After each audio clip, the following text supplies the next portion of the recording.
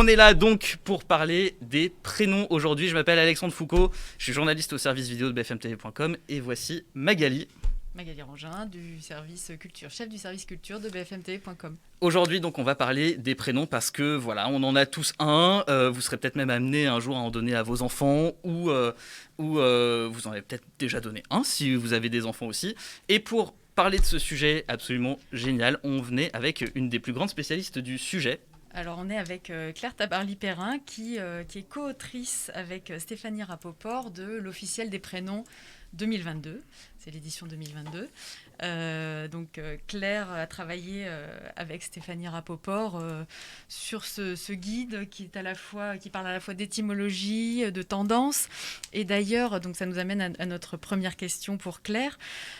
Comment vous avez travaillé, comment vous établissez les tendances, comment vous pouvez savoir ce qui va se donner en 2022? Alors, il y a un fonds merveilleux qui s'appelle l'État civil, qui est vraiment et une base de données de l'INSEE, donc de l'Institut national de statistique, qui recense absolument tous les prénoms qui sont donnés en France, année par année. Donc, on travaille vraiment sur ce fonds statistique qui est essentiel. Et puis après, il y a un travail d'informatique et de projection, puisqu'on travaille sur les 6 dernières années d'un prénom, qui nous permet de projeter ce que deviendra le prénom en 2022, puisque donc le livre qui paraîtra, qui est paru aujourd'hui, qui s'appelle l'officiel des prénoms 2022, c'est la projection de l'état des prénoms en 2022. D'accord. Voilà. D'accord. Et est-ce que vous pouvez nous parler de quelques tendances qui se dégagent justement pour 2022? Ah ben alors, les prénoms, c'est une vraie saga.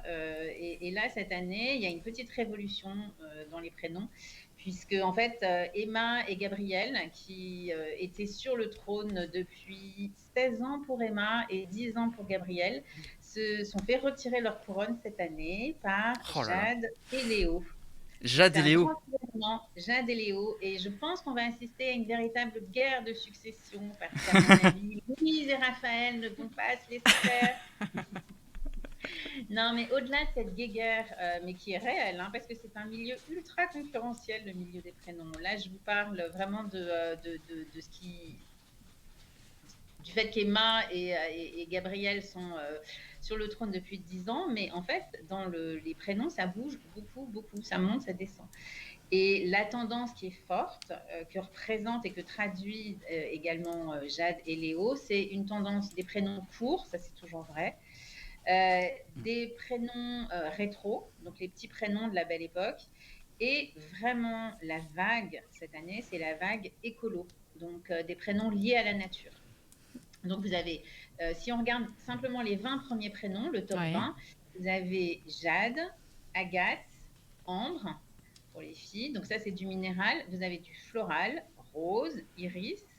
Et chez les garçons, alors c'est une façon un petit peu différente. C'est Léo, qui est en fait le lion, en latin.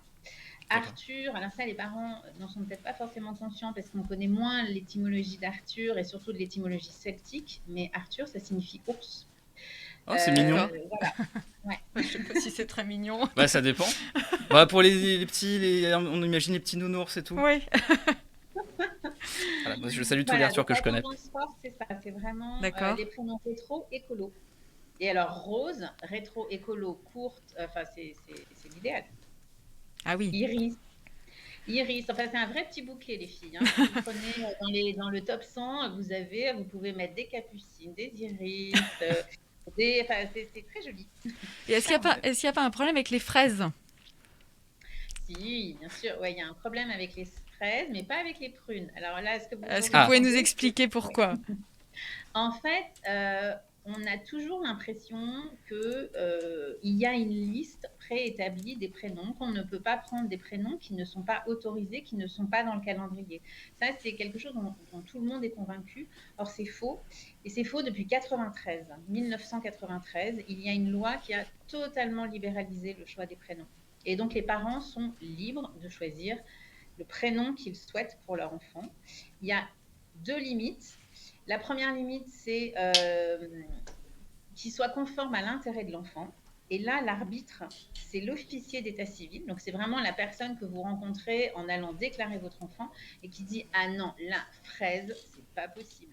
Mais prune, d'accord, parce que c'est exactement ce qui se passe en fait. C'est l'officier d'état civil qui décide et qui, lui, va saisir la justice. Et la deuxième limite, qu'on connaît un petit peu moins, c'est il faut que ce soit dans l'alphabet officiel. Donc typiquement, ça a fait l'actualité assez souvent, notamment en Bretagne. Ah oui. Le tilde sur le N, les trémas, enfin pas les trémas, pardon, mais les non, apostrophes, oui, c'est ça. c'est accepté. Un tréma, c'est accepté. Mais le tilde, apostrophe, c'est pas accepté. L'accent sur le i pour Marty, par exemple, ça a été refusé il y a quelques années aussi. Si on met un accent aigu. Voilà. D'accord. Ouais. Donc en fait, on est absolument libre de choisir le prénom de son enfant. Avant, c'était régi par la loi, alors tenez-vous bien, la loi du germinal en 11 germinal en 11. Donc c'était vraiment une loi assez ancienne qui, comme son nom l'indique, c'était une loi napoléonienne et c'était le cadastre de l'état civil, donc ça rigolait pas. D'accord. Et là, effectivement, c'était la limite, c'était les calendriers. Alors, ça n'existe plus. Juste simplement pour vous dire aussi sur le chat, n'hésitez pas à réagir en direct, à poser vos questions à Claire. Sachez que dans un instant aussi, on fera l'analyse de vos prénoms. On verra si votre prénom est tendance ou pas. On le fera dans un instant avec Claire. Alors, on me dit également qu'il faut que vous vous rapprochiez un peu du micro, Claire, éventuellement, si vous pouvez, parce qu'on vous entend pas très bien. Ah voilà. Est-ce que c'est mieux comme ça ? Oui, attendez. Je pense que c'est mieux. Ça doit être mieux. Et je vais voir si moi je peux monter peut-être le son de mon côté. Voilà. Très bien. Voilà. Hop, je regarde juste. Ça va le chat ? Ah bah oui, vous êtes là, voilà, je vous avais perdu. Voilà. Hop. Justement, je voudrais juste citer, parce que je l'avais mise de côté, cette circulaire là dont vous faisiez mention tout à l'heure, la circulaire administrative, elle mentionne donc ce que vous disiez, que seul l'alphabet romain peut être utilisé et que seuls les signes diacritiques sont admis, c'est-à-dire les points, les trémas, les accents, les cédilles, tels qu'ils sont souscrits ou suscrits aux voyelles et consonnes autorisées par la langue française. C'est une circulaire qui date de 2014, je crois, enfin qui a été modifiée plusieurs fois, il me semble. Oui, absolument. Et sachant qu'on est en Europe, même dans le monde, on fait partie des pays où c'est vraiment très, très libre. Si vous allez en Scandinavie, il y a des listes qui sont préétablies avec vous ne choisissez le prénom que dans une liste. D'accord. Au Canada, c'est très libre. Vous avez des asperges, je dis asparagus, mais voilà. Mais donc au Canada, par exemple, c'est très très libre. Mais en Europe, il y a des pays beaucoup plus restrictifs, beaucoup plus contraignants, on va dire. Est-ce que vous avez des exemples, par exemple, de prénoms qui ont été refusés par l'état civil en France ? Ah oui, Fraise dont on parlait, Bâbord et Tribord pour des jumeaux. C'est dommage. C'était une chouette idée pourtant. Nutella, Titeuf. C'est très amusant parce que c'est complètement subjectif en fait, puisqu'il y a vous prenez donc dans la même ville que je ne citerai pas, a été autorisé chou-fleur. Mais léopard a été interdit. Voilà. D'accord. Donc je suppose que c'était pas le même officier d'état civil. C'est ça, c'est un peu. Voilà, c'est ça, c'est vraiment exactement. C'est très subjectif en fait comme appréciation. Totalement subjectif et en même temps, ça marche dans les deux sens. C'est aussi un poids assez lourd à faire porter à un officier d'état civil en fait. Oui. Mais c'est aussi un poids assez lourd pour un enfant éventuellement, ce qui nous amène à une question de Pocop. Quelle est la place du prénom dans la personnalité ? Alors je ne sais pas si vous vous lancez là-dedans, mais j'ai l'impression que certaines personnes avec le même prénom partagent les mêmes caractéristiques. C'est effectivement ce que vous expliquez dans votre livre. Vous donnez quelques traits de caractère communs. Oui, alors effectivement, dans le livre, on a tout un aspect caractérologie en fait, donc avec beaucoup de qualités qui sont associées au prénom, toujours des qualités, parce qu'il vaut toujours mieux valoriser l'enfant, ça c'est vraiment une grande constante dans le choix du prénom, mais sur les caractères liés au prénom, alors, je vais vous faire une réponse un peu ambivalente. Il y a des études tout à fait sérieuses qui sont menées depuis plus d'une dizaine d'années par des chercheurs en psychosociologie des Français et des Israéliens qui sont vraiment très avancés sur ce thème et qui disent carrément qu'on a la tête de son prénom. Donc, en gros, Ah oui. un peu comme Ah, un donc c'est tatouage. physique. Voilà, qu'un peu comme un tatouage, quand on vous appelle Marguerite, et ben petit à petit, vous vous conformez aux projections que vos parents ont fait en choisissant le prénom Marguerite.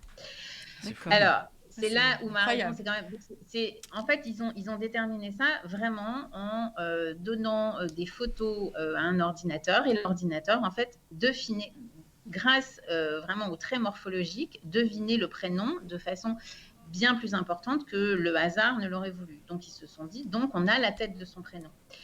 Là où je relativise un peu, c'est parce que je n'ai pas du tout envie de remettre en cause ces tests qui sont vraiment sérieuses. Là où il faut relativiser, c'est que si vous prenez, par exemple, Paul, ça veut dire petit chétif. Bon, grâce à Dieu, tous les Paul ne mesurent pas 1,50 m. Et voilà. Agnès, ça veut dire chaste et pure. Je pense que toutes les Agnès ne sont pas chastes et pures. Ce n'est pas une révélation. Vous voyez, donc il faut relativiser. Voilà, je pense que il y a une part de projection forte quand on choisit un prénom, et c'est important de l'assumer, parce que je pense que c'est important quand on choisit un prénom de se renseigner sur l'étymologie, d'avoir conscience de l'histoire du prénom. Voilà, après, bon, c'est clair qu'il y a des prénoms qui ne sont pas neutres. Si je m'appelle Attila, bon, il va falloir assumer. Si je m'appelle Ulysse, et que je nais dans une famille de notaires qui n'a pas bougé depuis 5 générations, je n'ai rien contre les notaires. Mais enfin, je veux dire, Ulysse, Et par contre les Ulysse non définition, plus, c'est pas d'ailleurs. vraiment un sédentaire, quoi. Voilà. Oui, d'accord. Vous voyez, c'est ce genre de choses. Mais après, dire qu'il y a des caractères proprement dits associés au prénom, c'est plus difficile quand même. Bien sûr. On a une question de Maria Vinus qui nous dit est-ce que les prénoms grecs ont la cote issue de la mythologie, par Vous exemple? parliez d'Ulysse, justement. Voilà, sans Oui, transition. alors oui, tout à fait, et c'est vrai même au niveau international. Alors les prénoms grecs, il y en a beaucoup, hein. Il y en a beaucoup et qu'on ignore, hein. Bon, Chloé, typique, Chloé qui est vraiment une des championnes depuis 20 ans, c'est grec. Zoé, c'est grec. Des prénoms grecs qui pour nous sont usuels, il y en a vraiment beaucoup. Mais les divinités, effectivement, la mythologie, c'est une bonne source d'inspiration pour les parents, et même, je dirais, au niveau international, aux États-Unis notamment, ça marche très très fort. Ah oui. Donc Ulysse, Olympe, voilà. Est-ce qu'il y a des Aphrodites? Il y en a, forcément. Ça ne doit pas être facile. Ça ne doit pas être facile, non, on est d'accord. Mais il y en a, je suis à peu près sûre qu'il y en a. Attendez, laissez-moi vérifier, mais je suis assez convaincue qu'il y en a. Je vais vous dire ça. On va regarder ça. Alors, en parlant de prénoms difficiles à porter, on nous demande, Jimperlo nous demande comment changer de prénom. Alors, est-ce que vous savez? Oui, absolument. Alors, ça s'est grandement simplifié depuis 2015, je crois. Ouais, ça doit être ça, une circulaire administrative de 2015. Avant, il fallait prendre un avocat. Donc, c'était une procédure qui était longue et coûteuse. La procédure reste longue, mais elle a le mérite maintenant d'être gratuite, puisqu'en fait, il vous suffit simplement d'aller déposer un dossier dans la mairie de votre domicile ou de votre naissance, et vous dites que vous voulez changer de prénom. Alors, vous devez quand même motiver votre changement, et vous devez notamment montrer que, par exemple, si vous vous faites appeler par un autre prénom depuis très longtemps, ou si on vous appelle par votre deuxième prénom, en fait, vous devez donner un petit peu ces justificatifs, vous donner des témoignages de vos proches, des choses comme ça. Mais ça se fait. Ça se fait vraiment. Je crois qu'il y a à peu près un petit peu plus de 3000 demandes de changement de prénom par an. D'accord. D'accord. Je prends les questions dans l'ordre, évidemment. Vous êtes nombreux à nous en envoyer. Merci beaucoup. Alors, pour les analyses de prénoms, on regardera un tout petit peu après. Simplement, il y a cette remarque de Skullol, pardon si j'écorche vos pseudos, qui dit « Personnellement, je trouve que ce serait mieux d'avoir un prénom rare. » Est-ce que c'est forcément une bonne chose d'avoir un prénom rare ? Alors, il faut qu'on s'accorde sur la définition d'un prénom rare. Ah oui. Ah bah oui. Parce qu'un prénom n'est pas forcément rare longtemps. Oui, mais c'est pas rare longtemps. Et puis, logiquement, un prénom rare, c'est un prénom qui est peu donné. Or, si vous prenez notre livre dans l'officiel des prénoms, on a recensé 12 000 prénoms. Sur ces 12 000 prénoms, il y en a la moitié qui sont portés par moins de 100 personnes. Ah oui, ah oui. Et 2000, donc quand même 1 sur 6, qui sont portés par moins de 30 personnes. Ah oui, donc c'est vraiment des Donc, prénoms si vous rares. voulez, des prénoms rares, il y en a beaucoup, en fait. Il y en a beaucoup. Et il y en a de plus en plus. Après, la question, c'était l'intérêt de porter un C'était, prénom voilà, rare. cet internaute disait que c'était mieux. Il trouvait C'était ça mieux. mieux d'avoir un prénom rare. Voilà. C'est mieux d'avoir un prénom rare. Alors, tout dépend du prénom. Il faut qu'il soit facile, en fait. C'est ça, mais il faut qu'il soit facile. Quand je dis facile, c'est facile à porter, facile à orthographier, facile à assumer. Moi, j'ai toujours tendance à dire, parce que on me demande souvent des conseils. Et moi, je dis Forcément. toujours, en fait, le meilleur critère, c'est le prénom qui va donner confiance à l'enfant. Qui va lui permettre de grandir en se sentant valorisé. Donc, des fois, effectivement, un prénom très rare, il valorise l'enfant, mais parce que les parents l'assument complètement et depuis l'enfance lui expliquent pourquoi il a ce prénom, parce que ça, c'est important, raconter l'histoire du prénom à son enfant, pourquoi on lui a donné. Donc, c'est là-dessus qu'il faut être très clair, en fait. Donc, D'accord. Est-ce que vous pouvez nous parler un peu des stratégies que développent les parents pour que le prénom de leur enfant soit très rare, notamment Alors, avec des variantes? Des variantes orthographiques. Voilà. Oui. Alors, effectivement, maintenant, il y a une vraie stratégie parce que les parents, ils ont de plus en plus conscience, et à juste titre, que le prénom de l'enfant est important. Et donc, du coup, ils se posent beaucoup de questions avant d'attribuer un prénom et ils ont souvent envie d'attribuer justement un prénom un peu unique, un peu original à leur enfant, ce qui est tout à fait légitime parce que pour eux, c'est quand même la perle de leurs yeux. Donc, c'est absolument légitime de vouloir donner un prénom unique. Voilà. Donc, ils ont plusieurs stratégies. Soit ils prennent un prénom intemporel et à ce moment-là, pour le rendre unique, ils le rendent soit prénom composé, soit ils en adaptent l'orthographe. Donc là, on a des exemples. L'exemple moi, dont je me rappelle, parce que c'est vrai que quand on compulse nos bases de données, on voit vraiment beaucoup d'exemples. Vous avez par exemple Léopold, écrit Léo, et Paul, P-O-L, avec un tiret au milieu, donc en prénom composé. Ah oui. Donc en soi, le prénom, c'est vraiment un prénom intemporel, Léopold, ainsi de suite. La seule chose, c'est que l'enfant, effectivement, quand il va falloir qu'il l'épelle, et Dieu sait qu'on épelle son prénom un certain nombre de fois dans sa vie, il va falloir qu'il précise à chaque fois Léo en 2 mots, avec un tiret et sans D à la fin. Voilà.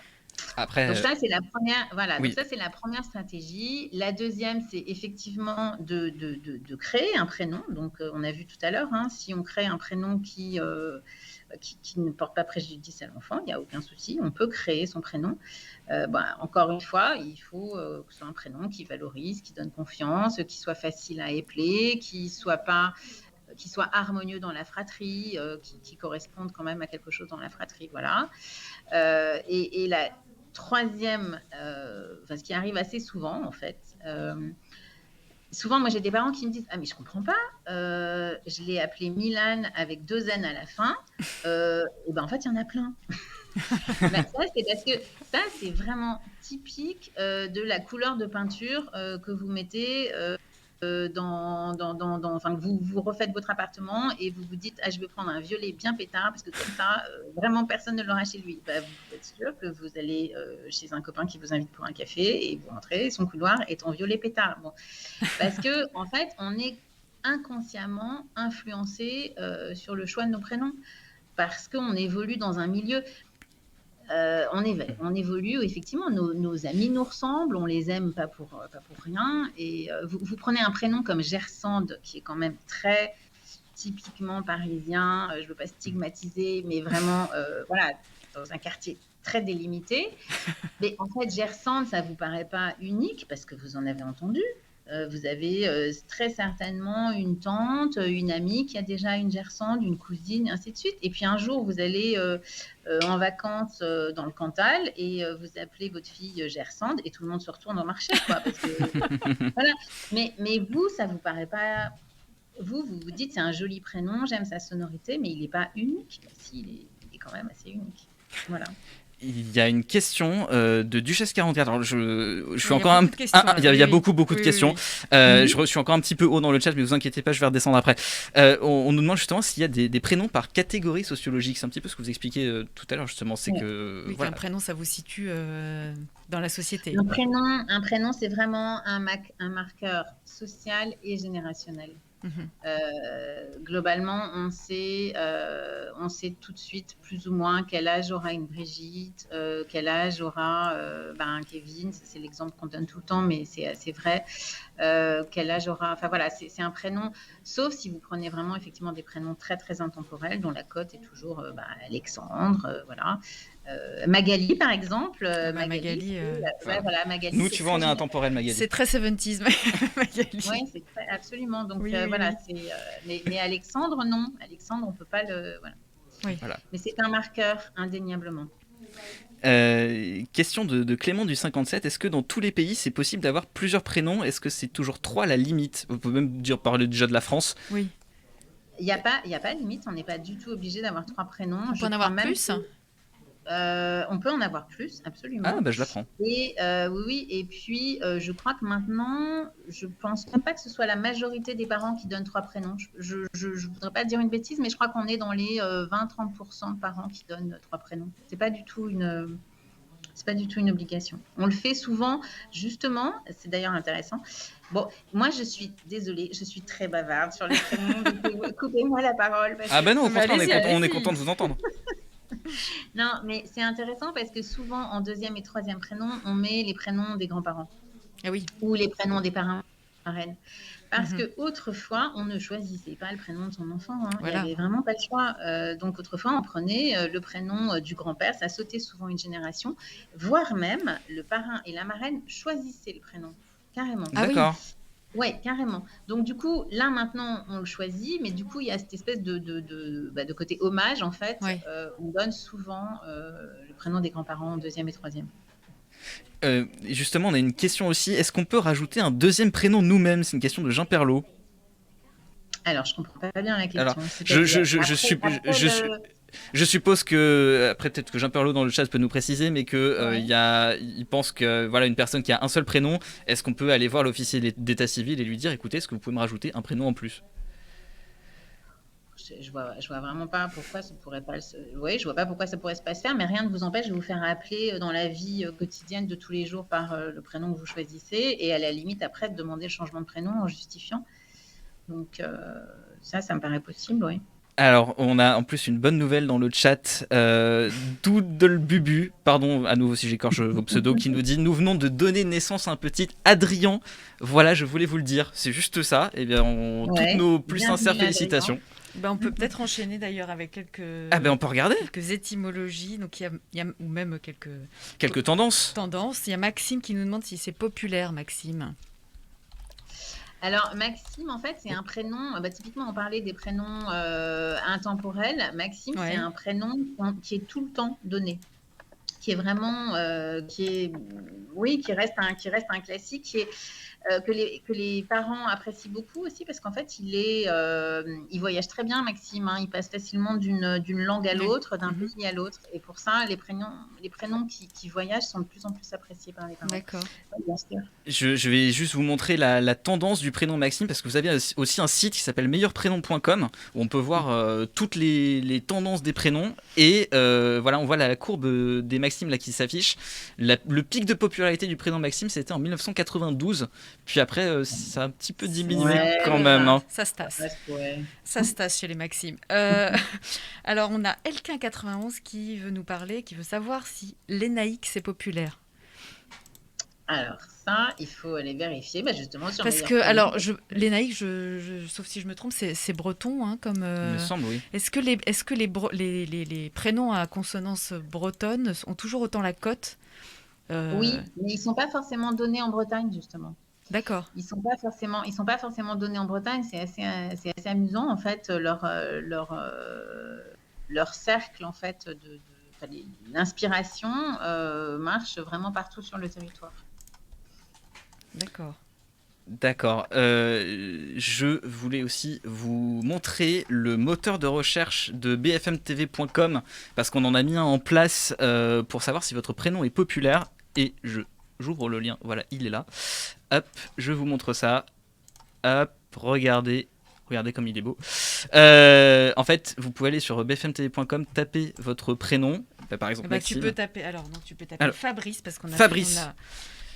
on a Alors, gagné Fabrice 38 350 qui nous demande si Fabrice c'est populaire. Alors j'ai peur que sachant qu'il y a un peu la réponse qui s'affiche à l'écran. C'est ça. En 2020, il y a eu 6 garçons qui ont été prénommés Fabrice. Désolé Fabrice. Désolé Fabrice.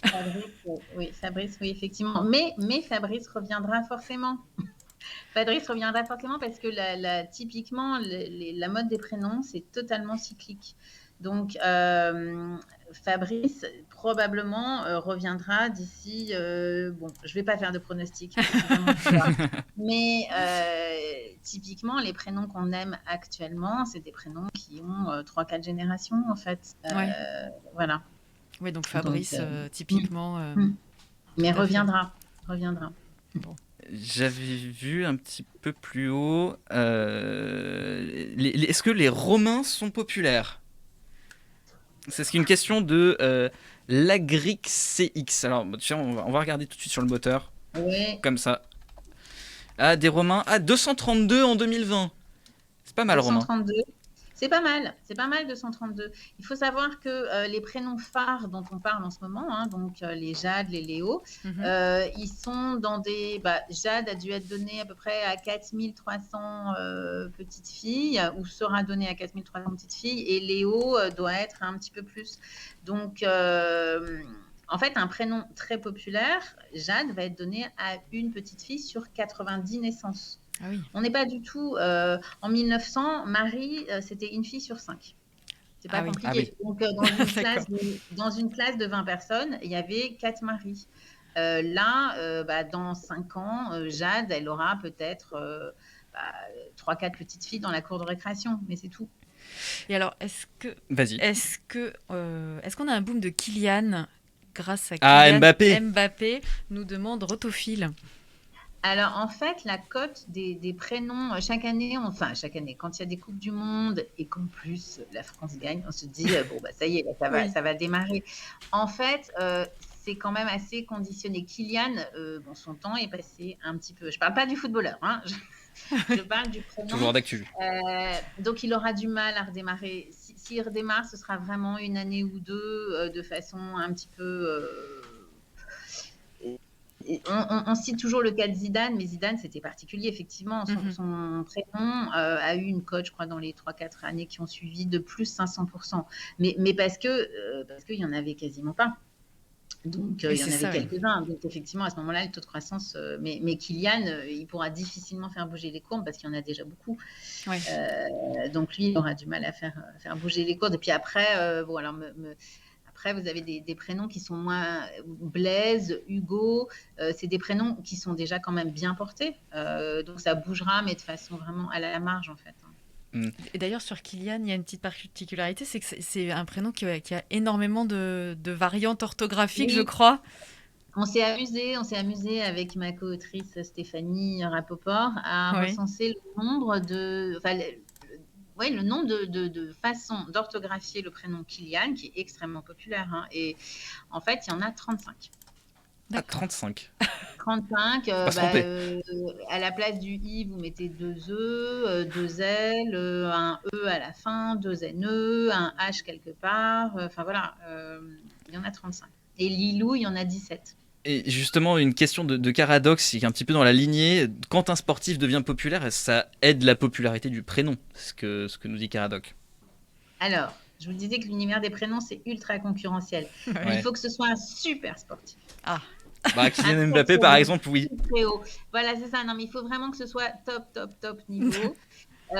Et ça fera évoluer, ça dépend du prénom, en fait. Ça dépend du prénom. Un prénom qui qui a déjà la cote, en fait, ça le fera bouger à la marge. Mais je reviens un tout petit peu en arrière. Oui. Dans les prénoms interdits, il y a eu Griezmann, je crois que c'était Griezmann Mbappé.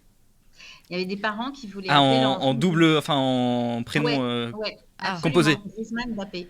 Et en fait, ça portait pas préjudice à l'enfant quand même. Là, franchement, mais on a pensé que c'était quand même un peu lourd. Donc, C'est très marqué, en tout cas. été interdit. Ça a été interdit. D'accord. C'était à Brive, je crois, de mémoire. D'accord. Donc là, on avait carrément choisi les patronymes. Ouais. Donc c'est interdit, hein, c'est interdit les patronymes, non? Alors les patronymes, en général, c'est interdit parce qu'on pense que c'est une atteinte, effectivement. D'accord. Oui, ça c'est interdit. Je n'ai plus d'exemples là en tête, à part Griezmann Mbappé. Mais... On a une question qui est super intéressante de Jascar, qui nous demande, est-il possible d'avoir un chiffre dans son prénom, comme les papes ou d'anciens rois? Genre, voilà, Kylian II. Ou un pseudo aussi. Un pseudo tout. Alors, il y a eu... Oui. Alors, je veux pas, je ne pense pas, mais je ne suis pas sûre, mais je ne pense pas. Mais il y a eu un exemple très amusant du fils de Elon Musk. Je pense que... Alors, je vais vous expliquer le prénom. Le prononcer, je ne suis pas du tout sûre. C'est-à-dire que c'était X. Alors, en plus, en français, c'est XAE. SR12, je crois. Donc, X, c'était pour la variable mathématique, la variable inconnue en mathématiques. AE, c'était pour intelligence artificielle, je crois. Et SR12, c'était parce que c'était leur modèle d'avion favori. Et je reviens à ça parce que c'était super amusant. Ils ont déclaré l'enfant. Et en fait, le prénom a été refusé parce que c'était 12 en chiffres. Et en fait, donc c'était aux États-Unis, bien sûr, et en fait, on leur a demandé de mettre des chiffres romains. Donc, en fait, ils n'ont pas du tout changé le prénom. C'est resté XAESR, mais 12 en chiffres romains. D'accord. Je vois dans le chat. Pardon, je vois juste dans le chat, on nous dit c'est un prénom de robot. Ça m'a fait rire. Mais vous voyez, je ne l'ai pas prononcé en tout cas parce que je ne suis même pas capable. Mais je ne sais pas comment il l'appelle. C'est amusant de voir que la limite et le changement qu'on leur a imposé, c'était ça. Pas de chiffres, mais des chiffres romains. Donc en France, ça ne serait pas possible un tel prénom. Non, je pense pas. Il faut quand même que ce soit un minimum lisible quand même. On parlait des sportifs. On nous demande si la politique a un impact. Est-ce qu'on a Donc c'est Pocop qui nous demande ça, si c'est bientôt la Valérie campagne. Pour les hommes, Jacques, Marine, si on note un impact au niveau des tendances. Alors non, pas particulièrement. Là, il y a une petite tendance amusante. Je parlais d'Elon Musk. Donc là, on change complètement de domaine. Mais on s'est rendu compte que Elon Musk, c'était un prénom qui n'existait pas avant 1994. D'accord. Le premier Elon est né en 1994. Et là, depuis, il a vraiment, le prénom a vraiment du succès. On doit être à peu près à 500 petites Elon qui vivent en France, ce qui est assez étonnant parce qu'un capitaine d'industrie qui inspire, c'est quand même étonnant. Bon, il faut dire qu'il a une personnalité assez particulière. Je pense pas que, je veux dénoncer personne, mais je pense pas que Xavier Niel, il va y avoir Xavier. Je pense pas que je cherche comme ça en vous parlant, mais Bernard Arnault, c'est pas gagné. Bernard, là, c'est pas tout de suite. Mais voilà.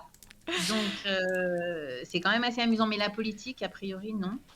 Surtout que je ne crois pas dire une bêtise, mais je ne pense pas que Marine, ce soit son premier prénom. Je crois que c'est son deuxième prénom. C'est vrai. Il me semble. Ouais. Question qu'on nous a posée tout à l'heure aussi. Est-ce que du coup, les prénoms à la mode sont plus courts ou alors les diminutifs comme Max pour Maxime, par exemple? Alors, Max, c'est pas un diminutif. C'est un prénom à part entière. Exactement. Souvent, on pense que des prénoms très courts sont des diminutifs, mais Max existait. C'est un très vieux prénom du Moyen-Âge et c'est un prénom. Mais alors, c'est là où la personne a tout à fait raison. Je suis désolée, je ne me rappelle pas de son pseudo, mais... C'est Duchesse 44. Voilà. Depuis... alors, pas de chiffres. Interdit les chiffres. Non, je rigole. Mais on ne peut pas l'appeler Duchesse non plus. Non, c'est vrai. Mais non, ce qui est vrai, c'est que quand même depuis, j'ai presque envie de dire depuis au moins 5 décennies, les prénoms perdent des lettres. Là, on est à 3-4 lettres. Donc, ça va être difficile de faire plus court. Là. Je pense que maintenant, ça devient... je pense que les prénoms vont avoir tendance à rallonger. C'est inévitable parce qu'on ne peut plus les raccourcir. C'est hyper pratique, en tout cas, pour les enfants qui apprennent à écrire leur prénom. Oui, C'est ça. oui, oui, oui, tout à fait. Ça, c'est vrai. C'est plus facile qu'Alexandre. Hein.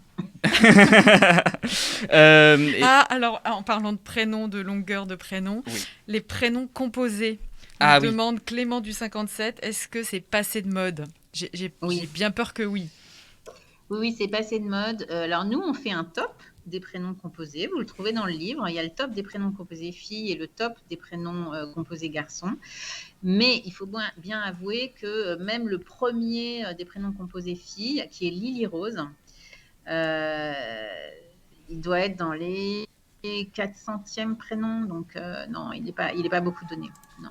D'accord. On ne peut pas dire qu'il y a une forte tendance. Et alors, là aussi, c'est amusant. Vous retrouvez beaucoup, c'est des prénoms composés avec floraux, en fait.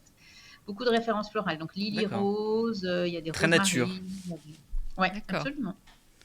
D'ailleurs, n'hésitez pas, hein, si vous aussi vous voulez tester la popularité de votre prénom, on a un moteur de recherche qui est fait pour ça. Allez-y, allez le voir, c'est sur bfmtv.com. Et on nous dit pour Lily Rose, merci à Johnny Depp.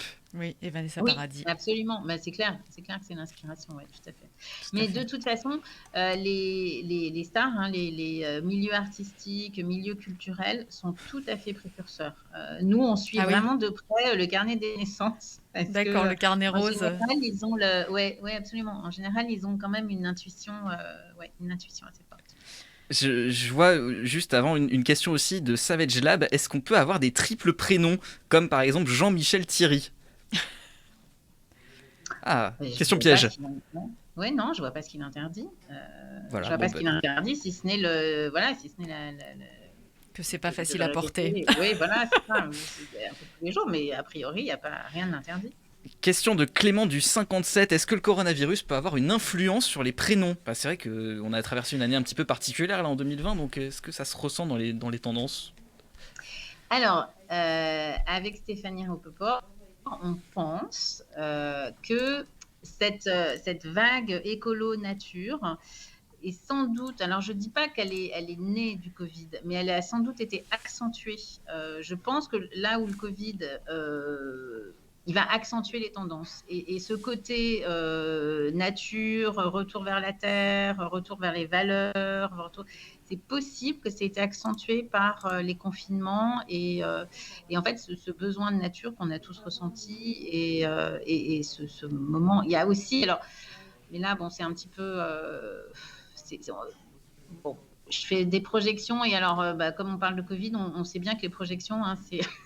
S'il vous plaît, soyez les projections. On sait que c'est Oui, c'est risqué. c'est risqué les projections. Non, mais on peut émettre l'hypothèse effectivement qu'il va y avoir un renouvellement des prénoms rétro il va y avoir des prénoms hommages en quelque sorte, hein. C'est-à-dire que on sait que la tranche des 80 était particulièrement touchée, donc il pourrait y avoir plus de Simone, plus de Sidonie, ces petits prénoms un petit peu. En fait, leur code devrait être accéléré un petit peu plus vite que prévu. Les prénoms de nos C'est grands-mères, quoi. Voilà, exactement, c'est possible, hein, mais là, je fais vraiment de la projection. Mais en tout cas, sur la vague écolo, je pense que ça a été renforcé par le Covid. Il y a une... Alors, Pardon. pardon, en parlant de Covid, il y a Monsieur Krzoviak qui demande, qui dit, il y a quelques prénoms comme Covid qui ont été donnés. Est-ce que c'est vrai ou c'est Alors, faux? on a vérifié. En fait, en France, non. D'accord. En France, non. En 2020, ça n'a pas été donné. On a cherché Corona, on cherchait Covid. En France, non. Mais en Asie, oui. Donc, D'accord. aux Philippines, de mémoire, c'est aux Philippines et en Indonésie, je crois. Mais il faut voir que, alors, je pense qu'il ne faut pas du tout voir ça. Je pense qu'il y a un côté un peu protection, en fait. Il y a un côté au niveau, je pense, anthropologique, c'est un petit peu différent et c'est peut-être pas forcément. On le voit de façon, nous, très on stigmatise un petit peu. Je pense qu'il y a un côté, en fait, apporter une certaine protection à l'enfant, voire, je sais que ça a été donné une fois, Corona, notamment en Indonésie, je crois, par une maman, mais dans le sens pour remercier, en fait, parce qu'elle venait d'accoucher. Et en fait, elle voulait remercier l'équipe médicale pour montrer à quel point ils étaient impliqués et combien, voilà. Donc, c'est un petit peu, si vous voulez, je pense que c'est aussi, pendant très longtemps, on mettait Marie en deuxième prénom, et ça existe encore comme tradition, Marie en deuxième prénom pour mettre l'enfant sous la protection de Marie. On le faisait pour des garçons et pour des filles. Et je pense que quand il y a eu, je pense que ce côté Corona, Covid qui a été attribué en Asie, je pense que c'est plus lié à ça, en fait, cette idée de protection. Et il y a aussi des Ebola. Ouais, et pas en France, mais il y a eu des Ebola en Afrique. Je ne sais plus combien, mais il y en a eu. Une question de Spartacus 75013 qui nous demande: le prénom Léo est aussi populaire depuis quelle année? Alors Léo, il est vraiment... On va regarder sur le moteur tout de suite. Oui, voilà. Hop. Alors Léo. Il est vraiment dans le top depuis assez longtemps parce qu'en fait, il est porté, il est court, il se termine en haut, il a un petit côté rétro, donc lui, il avait de fortes chances de gagner. Nous, on attendait aussi Raphaël, parce que c'est vrai qu'il y a une tendance quand même chez les garçons, il y a une forte tendance au prénom de l'Ancien Testament. Et du coup, on pensait que Raphaël allait probablement passer, mais finalement, c'est Léo qui est passé. Mais je vous dis, il va y avoir une guerre de succession, ça va pas ça va mal se passer. Alors, sur les Léo, on peut préciser qu'en 2020, il y a eu 4496 garçons qui ont été prénommés Léo avec un accent sur le E, et 230 avec sans accent sur le E. Oui, il y a 54 Léopold dont vous parliez tout à l'heure. Et alors Léo, c'est 3 lettres. Il y a Rotophile qui nous demande, est-ce qu'il y a des prénoms de 2 lettres? Est-ce que ça existe? Non. Pas de Ed ou de... Qu'est-ce qu'il y a comme prénom? Alors là, c'est une colle. Et donc, c'est la colle que j'en ai. C'est vrai que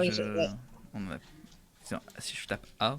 Et d'ailleurs, on nous demande également, alors attendez, je ne retrouve pas la question, s'il y a une limite. Dans la longueur du prénom. C'est Zavioux qui nous demande ça, s'il y a une limite dans la longueur d'un prénom. Mais non, mais encore une fois, je pense que c'est l'officier d'état civil qui tranche. Qui interviendra, qui tranchera. Mais non, il n'y a pas de limite. Est-ce qu'il y a, alors on nous demande, est-ce qu'il y a de plus en plus de prénoms inspirés de séries, films, jeux vidéo, mangas qui sont donnés en France? Alors, manga, il vaudrait mieux interroger mon fils. Est-ce qu'on a des petits Naruto? Est-ce qu'on a... Non, en fait, alors ça a été quelque chose quand même qui est né. Il faut comprendre qu'avant, la diffusion des prénoms, c'était extrêmement vertical. Donc, c'est ce que j'expliquais tout à l'heure. Il y avait le prénom du père, du grand-père, et il y avait aussi cette diffusion verticale qui était très... de classe sociale, c'est-à-dire qu'en fait, les classes bourgeoises étaient créatives et donnaient la mode d'un prénom, et du coup, le prénom, en fait, dégringolait les classes sociales et en 10 ans était donné aux classes sociales inférieures. Ça, c'était vraiment jusque dans les années 50, on va dire. Puis est arrivée la télévision, qui s'est vraiment généralisée. Et donc là, ça a été très intéressant parce que finalement, les classes moyennes et plus modestes se sont emparées de prénoms en ouvrant complètement le spectre de l'inspiration des prénoms. Et c'est là qu'on a vu apparaître ces prénoms justement anglo-saxons. Mais avant, il y avait eu Thierry pour Thierry Lafronde, il y avait eu... Voilà. Donc c'était l'inspiration avec les chansons, Nathalie. Donc là, je vous donne... Voilà, donc ça a toujours... Et les séries, ça marche très fort. Il y a Aria, qui est un prénom, je pense qu'il doit y avoir 1000 Aria, 1000 attributions à peu près. On doit approcher des 1000 attributions. Je vais regarder tout de suite. Donc, qui vient donc de la série Game of Thrones. Voilà, Aria, mais alors il y a vraiment qui démarre et qui devient un prénom en tant que tel, c'est-à-dire que 1000 attributions, ça commence à devenir un prénom qui est fortement attribué. À ma connaissance, il n'y a que Aria. Après, vous avez des phénomènes un peu feu de paille, un peu des trajectoires en forme de comète. Ce n'est pas forcément attribuer un prénom lié à une vedette ou à une chanson. Ce n'est pas forcément un choix sur le long terme. Vous avez eu Loana qui avait marqué très fort. Et en fait, c'est des courbes ascensionnelles et qui s'écroulent souvent parce qu'en fait, c'est choisi pendant quelques années, puis après, plus rien. Il y a Rihanna qui a eu beaucoup de succès, mais Rihanna, heureusement, elle a eu une carrière plus longue que la carrière de son prénom, parce que sinon, ça aurait été problématique pour elle. Mais voilà, donc ça existe, bien sûr. De toute façon, c'est ce que j'expliquais, cette diffusion plus horizontale. En fait, les parents, maintenant, ils sont plus âgés. Avant, on avait des enfants beaucoup plus tôt. Maintenant, on a des enfants après 30 ans. Souvent, le premier, c'est après 30 ans. Forcément, vous avez vos propres repères, vos propres influences. Vous n'allez plus chercher dans les sacs de papa-maman. Donc, Et vous avez les romans que vous aimez, les films que vous voyez. Voilà. là-dessus, justement, on a aussi plusieurs questions qui reviennent sur le chat de Clément du 57, de Anton le rigolo, si je vois, qui nous demande si les youtubeurs ont de l'influence aujourd'hui sur les prénoms. On pense à Lucas Squeezie, enfin Squeezie, pas le prénom, mais le prénom de Squeezie, Lucas. On pense à Norman aussi. On peut regarder d'ailleurs si on a des tendances sur les Norman. Ouais. Parce que Lucas, c'est un petit peu comme les prénoms des joueurs de foot. Alors, on ne sentira pas, en fait. Précision justement sur Norman, en 2020, il y a eu 3 Norman. Ah. Alors non. C'est pas une vraie tendance. C'est pas une tendance lourde. Voilà, où là, on peut regarder Cypriens. les Lucas. Ah oui, les Cypriens, oui, effectivement. Oui, Cyprien. Ouais. 38. Et les Lucas, mais là, c'est peut-être un peu plus commun, Lucas. Mais Lucas, c'est plus oui, commun. il y en a. Voilà, 3245. Mais je pense pas que ce soit grâce à Squeezie. Enfin, pardon pour lui, hein, mais je pense pas qu'il ait eu une grande influence là-dessus. On nous demande pas mal on a pas mal de questions encore sur les tendances de prénoms, mais n'hésitez pas à continuer à les poser. Un avis sur le prénom Mathias, à tout hasard, c'est Donchevi qui nous demande ça. Alors un avis surtout, est-ce que Mathias est tendance, parce qu'on va pas dire non, Mathias, on déteste ce prénom. Mais on n'est pas là pour donner notre avis. Regarde donc. Oui, non, parce que là, Mathias. Mathias. Alors sachant que c'est Mathias, alors c'est écrit M-A-T-H-I-A-S, hein, voilà, avec cette orthographe-là, M-A-T-H-I-A-S. Voilà, il y en a eu 486 en 2020. Ouais, et est-ce qu'on peut afficher la tendance pour voir? On peut afficher, bien sûr qu'on peut afficher la tendance. Mathias, la tendance, elle est en bas. Voir la popularité du prénom. Ah oui, alors quand même, ça oui. pas mal monté, ça monte. Il y a eu un pic en 2006. 2006, alors c'est vrai que ça correspond en fait au Matteo, il y a eu beaucoup de Matteo, donc ça correspond un petit peu à cette époque-là en fait. Donc Mathias, ce qui est sympa dans Mathias, c'est qu'il y a vraiment une recherche en fait dans la terminaison du prénom. On voit que quand on regarde vraiment les tops, alors je parle au-delà du top 20, quand on est jusque dans les top 100, pendant très longtemps, on pensait par exemple les filles, ça devait se finir en A, enfin ça devait. Il y avait une forte tendance avec des prénoms en A et une forte tendance pour les garçons avec juxtaposition de voyelles et des terminaisons en O ou EL pour vraiment tous les prénoms de l'Ancien Testament notamment. Et en fait, on s'aperçoit là qu'il y a une recherche des parents pour varier un petit peu les terminaisons. Mathias, typique, ça rentre là-dedans, donc ça pourrait marcher. Il y a beaucoup de Elias, ou de prénoms en Eliane, parce que ça joue un petit peu sur cette tendance celtique. Donc c'est intéressant toujours de jouer sur les terminaisons des prénoms. Après, bon, il faut que ce soit en harmonie avec le nom. Question, juste de Astra 13000 qui nous demande s'il y a plus de Donald. Je suppose que c'est par rapport à Donald Trump. Oui, non, on a vérifié parce que ça nous intéressait à titre personnel. Non. Il y en a eu 4 en 2020. Voilà, si c'est la question. Et alors, on a une question sur les tendances, sur des prénoms mixtes. Est-ce que Dominique, Pascal, Camille... Alors, Dominique, Pascal, non. Alors, il y a toujours eu des prénoms mixtes. Ça a toujours été de façon très, très ancienne. Mais on a l'impression... Donc là, on est en train d'observer ça, justement, et on étudie ça avec Stéphanie, ma co-autrice, pour analyser. Je pense que c'est intéressant. Il y a une tendance quand même à la hausse des prénoms mixtes. Donc c'est difficile d'en dire plus et de façon vraiment mais il y a une hausse et ça nous intéresse parce que dans cette période où on parle beaucoup en fait de genre et de voilà, l'importance du genre, et ainsi de suite. Ça nous intéresse beaucoup de voir ce goût des parents pour les prénoms mixtes. Alors, le premier prénom mixte qui me vient à l'esprit et qui pourrait rentrer là, je vous fais des projections sur 2023. Je ne sais pas si vous Ah vous ouais, rendez Voilà, on carrément. voit loin là. c'est Charlie. Charlie. Charlie. Et Charlie, il a une histoire un peu. C'est un prénom qui était qui était vraiment une étoile montante dans les années 2000. Et puis, il y a eu les attentats. Ouais. La catastrophe, le prénom s'est juste écroulé et on comprend bien pourquoi.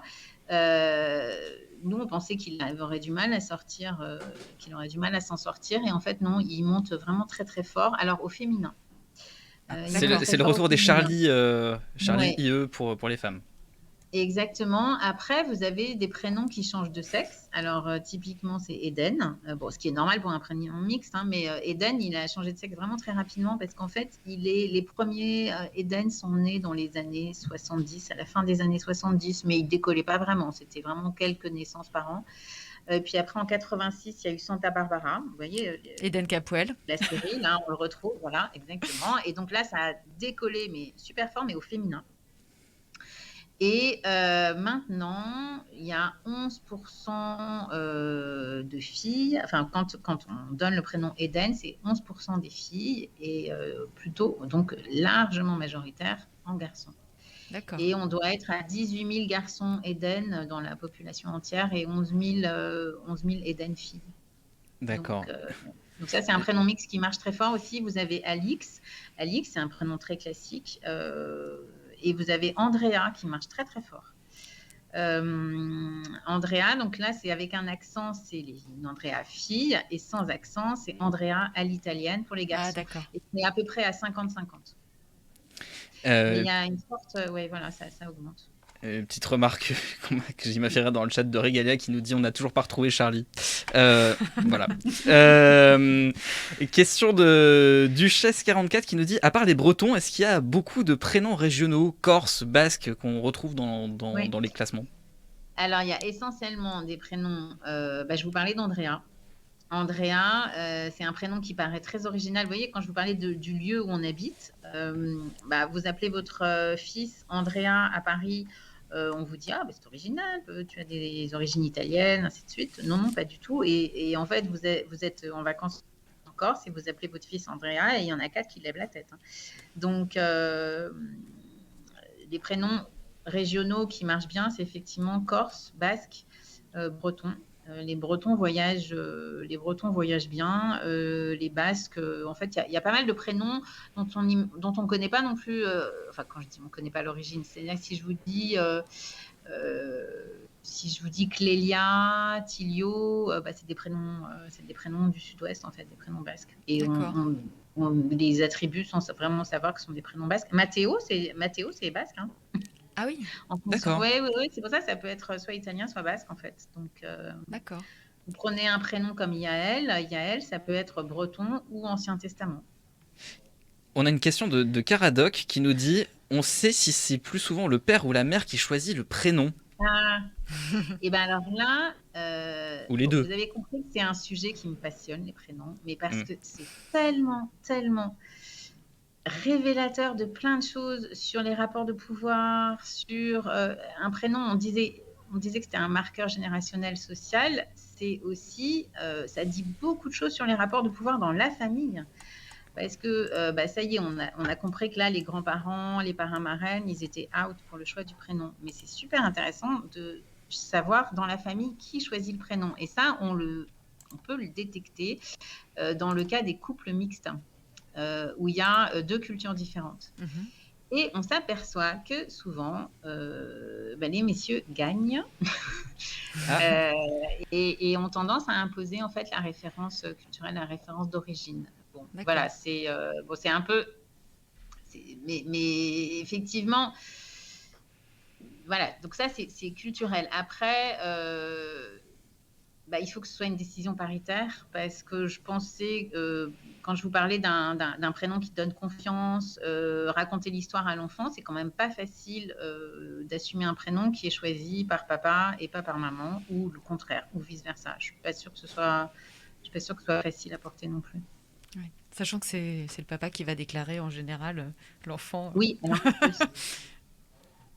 oui, absolument. Alors, histoire très personnelle. Oui. Mon papa a pensé jusqu'à à peu près 15 ans qu'il s'appelait André et il a découvert au moment des résultats du bac qu'il s'appelait Paul. Mais non. Mais comment c'est possible? Parce que c'est sa grand-mère qui a été le déclarer et sa grand-mère, elle aimait pas du tout André et donc elle l'a déclaré sous Paul André. Et donc, dans sa famille, tout le monde l'appelait André et sa grand-mère l'appelait Paul. Mais tout le monde pensait qu'elle était un peu, voilà, et que bon, elle préférait Paul, machin, nana. Sauf qu'au moment des résultats du bac, Paul André. Voilà. Donc, voilà. Histoire très perso. D'accord. Sur cette anecdote, je pense qu'on va... On peut peut-être remontrer juste le classement des tendances de 2022, au moins le top 10 des prénoms. Que vous pouvez consulter quand vous aurez plus Claire sous la main. Voilà, pour lui poser des questions. Répondre à vos questions. C'est sur bfmtv.com, bien sûr. Le top 10 des prénoms chez les garçons tendance en 2022. Hugo en 10, Thiago en 9, 8 c'est Adam, 7 c'est Lucas, 6 c'est Maël, Louis en 5, Arthur en 4 et le top 3 Raphaël, Gabriel en 2 et le top 1 c'est Léo en 2022. Ça c'est pour les garçons. Et pour les filles, les 10 qui seront peut-être les plus donnés en 2022, Anna en 10, Chloé en 9, Rose en 8, Ambre en 7, Lina en 6, Alice en 5, Mia en 4, Louise en 3 et Emma qui donc perd sa place, on l'a compris, en 2 et Jade en numéro 1. Voilà pour le classement. Claire, merci infiniment pour non, merci, c'était un plaisir. Ces informations passionnantes. Oui, on a passé vraiment un très bon moment avec vous. On peut rappeler que vous sortez un livre. Ah oui, est-ce que vous pouvez nous montrer votre livre? Ah oui, il est là. Qui est donc en librairie aujourd'hui. Alors attendez, parce qu'évidemment l'image a frise à ce moment-là. Voilà, parfait. Voilà. Alors, attendez, dézoomez, enfin, élargissez un petit peu, reculez-vous. Voilà, l'officiel des prénoms. Du micro. Oui, mais au moins on voit le livre. C'est aux éditions First, et puis il est sorti aujourd'hui, c'est ça? Aujourd'hui. On était vraiment très contents de vous avoir. On a passé un très bon moment avec vous. On a appris plein de choses. C'était passionnant. Et merci aussi au chat parce que les questions étaient vraiment très intéressantes, comme d'habitude. Voilà, merci Magali. Merci Alex. On se retrouve très prochainement sur le Twitch de BFM TV pour des nouvelles questions-réponses. Et d'ici là, nouveaux thèmes. Et d'ici là, portez-vous bien. Salut tout le monde. Merci à tous. Au revoir. Au revoir.